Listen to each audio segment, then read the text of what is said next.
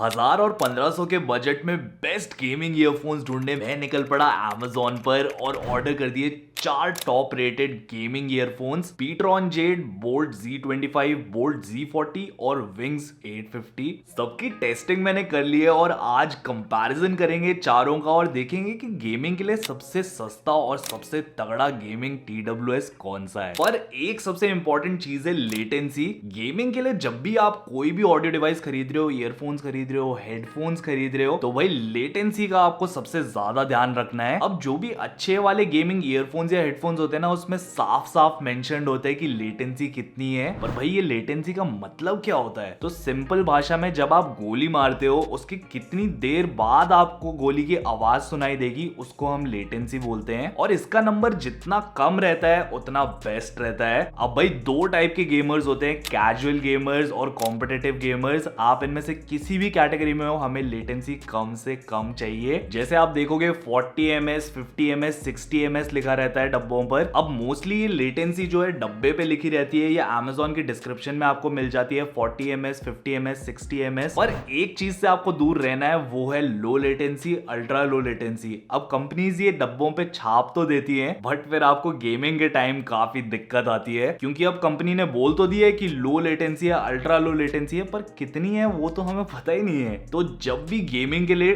कोई भी आप ईयरफोन्स ले रहे हो, इनके अलावा भी अगर आप कोई ले रहे हो, तो लेटेंसी चेक करना सबसे इंपॉर्टेंट है। पर भाई ये लेटेंसी एग्जैक्टली होनी कितनी चाहिए? वैसे काफी सारी जगह आप देखोगे कि 100 ms और उससे कम एक्सेप्टेबल होती है, बट भाई मैं नहीं मानता। मुझे तो साफ फर्क पता चलता है। 20 ms to 40 ms एक परफेक्ट स्पॉट है। अब ये सब चीजें आपको समझ में आ गई है, तो अब चलते हैं अपने कंपैरिजन पे। डिजाइन, साउंड क्वालिटी, गेमिंग, सारे माल मसाले की बात करते हैं। पीट्रॉन जेड से शुरू करते हैं। सबसे सस्ता Amazon पे मुझे यही गेमिंग TWS मिला। मुझे लगा भाई टाइम पास TWS होगा, लेकिन भाई इसने एकदम तबाही मचा दी है। इसके प्राइस के हिसाब से इसका परफॉर्मेंस काफी तगड़ा लगा मुझे। 13 mm के ड्राइवर है इसके। अब ड्राइवर साइज जितना बड़ा होता है ना, उतना लाउड साउंड आता है हमें। तो साउंड तो इसका लाउड है ही, ऊपर से बेस भी काफी सही मिलता है इसमें। और यार जो इसके लुक्स है ना, एकदम ट्रांसफॉर्मर्स की याद दिलाते हैं मुझे। ऑल्दो प्लास्टिक की फील थोड़ी सी सस्ती लगी मुझे, इतना ड्यूरेबल सा भी नहीं लगा। और ऐप सपोर्ट भी नहीं है इसमें, तो आप अपने स्वाद अनुसार बेस वेस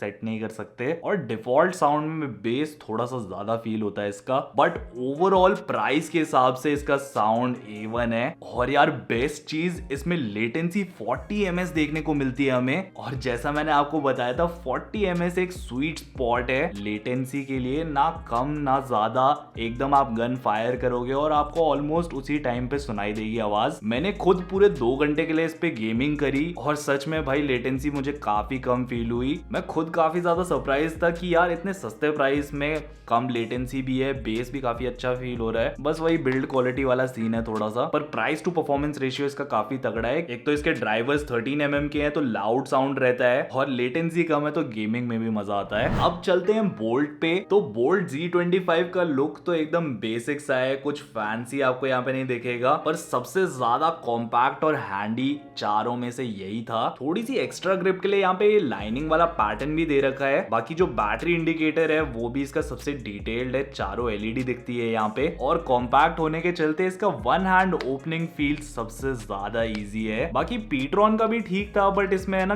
केस थोड़ा सा बल्की फील हुआ मुझे, थोड़ा ज्यादा चौड़ा लगता है ये पॉकेट में फिट करवाने में। बाकी विंग्स 850 में सबसे ज्यादा मेहनत करनी पड़ी ये खोलने के लिए, क्योंकि यहाँ पे ऐसे ग्रिप बनी हुई है ओपन करने के लिए, और एक हाथ से थोड़ा सा मुश्किल होता है इसे खोलना। और Z40 का भी कुछ ऐसा ही सीन है, इसमें आपको एक हाथ लगता है instead of just one thumb. थोड़ा सा मुश्किल रहता है इसको वन थंब से खोलने का, पर आप पूरा हाथ यूज करोगे तो बस इस हाथ को थोड़ा सा ऐसे फ्लिक करो, फ्लिक शॉट मारो ऐसे, और खुल जाता है। एकदम आयरन मैन वाली फील आती है। और भाई वैसे एक और चीज बताता हूँ कि इन जनरल जो बोल्ट के डिजाइन्स की फील है ना, वो थोड़ी ज्यादा स्टर्डी है और थोड़े प्रीमियम फील होते हैं ये बाकियों के कंपैरिजन में। बट अब बात करते हैं साउंड और गेमिंग की। बोल्ट Z25 और Z40 दोनों का ही डिफॉल्ट साउंड हर टाइप के, हर जॉनरा के गाने के लिए काफी बैलेंस्ड फील हुआ बाकी दोनों TWS के कंपैरिजन में। बट भाई गेमिंग के लिए बिल्कुल भी नहीं है ये ईयरफोन्स।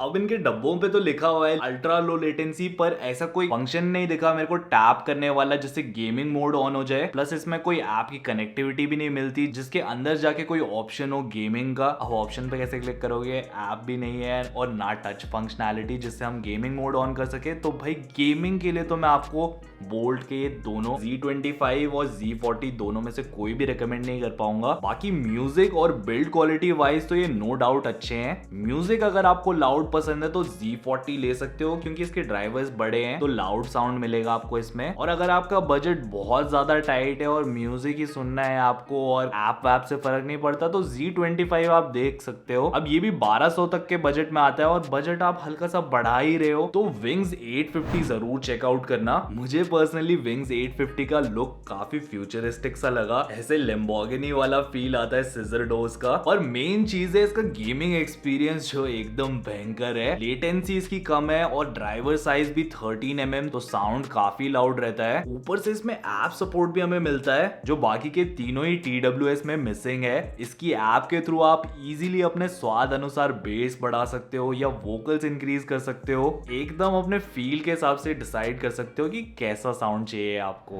अब ओवरऑल मेरे हिसाब से विनर रैंकिंग की बात करते हैं तो बिल्ड क्वालिटी में मेरे लिए विनर यहाँ पे बोल्ट Z40 है, बोल्ट Z25 सेकंड है, विंग्स 850 थर्ड और पीट्रॉन जेड लास्ट, क्योंकि थोड़ा इसमें प्लास्टिक का सीन सस्ता फील होता है ऑनेस्टली। साउंड क्वालिटी में विनर विंग्स 850 है। इसमें 13 mm के बड़े ड्राइवर्स तो हैं ही पर साथ ही साथ ऐप कनेक्टिविटी भी है जिससे आप फुली कस्टमाइज कर सकते हो अपना एक्सपीरियंस। फिर आता है Z40 क्योंकि इसका भी ड्राइवर साइज बड़ा है और डिफॉल्ट साउंड काफी बैलेंस्ड। और थर्ड पोजीशन के लिए यार टाई ब्रेकर है दोनों ही पीट्रॉन और बोल्ट Z25 के बीच में। जिनको बेस थोड़ा सा ज्यादा पसंद है उनके लिए पीट्रॉन बेटर पिक रहेगा और जिनको बेस से इतना फर्क नहीं पड़ता उनके लिए साउंड क्वालिटी वाइज थोड़ा सा बेटर रहेगा Z25।